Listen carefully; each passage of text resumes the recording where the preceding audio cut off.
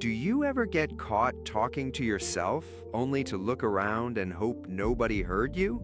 Or maybe you glance at your desk, a chaotic explosion of papers and projects, and feel a twinge of shame. We're often told these are bad habits, signs of disorganization or strange behavior. But what if that's completely wrong? What if these so-called weird habits are actually signs of a powerful, highly intelligent mind at work? You might be a genius and not even know it. We've all felt that pressure to be normal, to smooth out our quirks so we can fit in. That quiet fear of being judged for the unique way your brain works can be exhausting. But today, we're giving you the psychological proof to reframe those quirks as superpowers. We'll explore several strange habits that are secretly linked to a powerful mind. And stick around, because at the end, I'll share a simple 2-question test to determine if your weirdest habit is a hidden strength. So let's start with a classic, that thing people love to judge you for, the messy workspace. Picture a desk not just covered in old coffee mugs, but in books, sticky notes, and half-finished project parts. The common assumption is that this person is lazy or disorganized. But psychological research suggests the opposite might be true. It's not disorganization, it's a mind too busy with big ideas to worry about filing. Studies have shown that messy environments can actually boost creativity and help people break free from conventional thinking. When your physical space is less rigid, your mind is given permission to be less rigid too. It allows for unexpected connections between disparate ideas, which is the very definition of creativity. Think of the famously cluttered desks of geniuses like Albert Einstein or Mark Twain.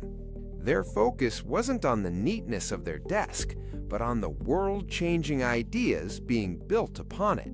Next up is a habit that many of us do, but few will admit: talking to yourself out loud.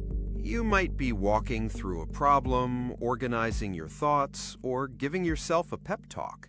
The secret fear is that it makes you look unhinged. But science tells a very different story.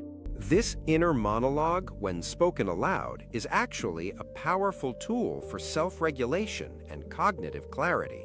Saying things out loud engages more of your brain and forces you to structure your thoughts more deliberately. It's like you're holding a meeting with the smartest person you know, yourself. Studies have found that self-talk can improve problem-solving skills, boost memory recall, and increase focus. It's not a sign of instability. It's a form of high-speed thinking. Your brain isn't broken. It's just processing on a different level. So be honest in the comments. Who here is a proud self-talker? Now, this next habit is a bit more controversial, but the science is fascinating.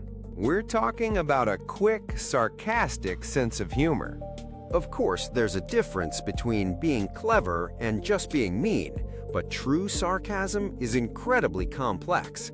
To understand a sarcastic comment, your brain has to do some serious gymnastics.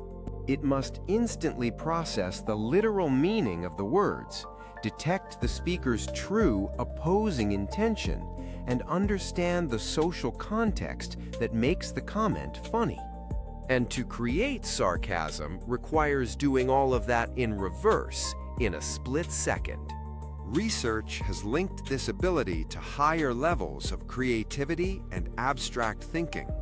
It shows a brain that is fast, flexible, and capable of seeing the world in multiple layers of meaning. So that witty remark isn't just a joke, it's a spark from a quick-firing mind. Finally, let's talk about selective obsession. That sudden, intense urge to learn everything about a random topic for a week, like Roman aqueducts or the history of a video game. Sound familiar? It can be mistaken for a lack of long-term focus or a tendency to get easily distracted. But the real power here is the ability to engage in deep, focused learning at an accelerated rate. Highly intelligent people are often driven by intense curiosity. When that curiosity is sparked, their brains are optimized to absorb, connect, and synthesize vast amounts of new information. This isn't a distraction. It's how expertise is born, one passionate deep dive at a time. So we've covered the habits, but here's the most important part: how to know for sure if your quirk is a strength. Seeing the pattern here? It's not about the habit itself, but what the habit accomplishes for your brain. So let's apply the superpower test. When you think about your weird habit, ask yourself two simple questions. Does this habit help me think, create, or solve problems in some way? Does this habit cause significant, genuine harm to myself or others? If the answer to the first is yes, and the second is no, then congratulations. That's not a weird habit, that's your superpower. So don't just judge the habit, judge its outcome. If you're finding these insights validating, you are in the right place. We explore the psychology of what makes you, you. So hit subscribe to join our community of curious minds. In the end, intelligence isn't a single neat package. It's a messy, complex, and deeply personal process. That chaotic desk, that conversation with yourself, that sharp wit, these aren't bugs in your system. They are features of a brain that is actively engaged with the world, solving problems and creating meaning. What society labels as weird is often just a symptom of a mind working differently, and often more powerfully. So embrace the quirks that power your unique brand of genius. Thank you so much for watching. If you enjoyed this exploration of the mind, be sure to subscribe for more videos on psychology and self-understanding. We'll see you in the next one.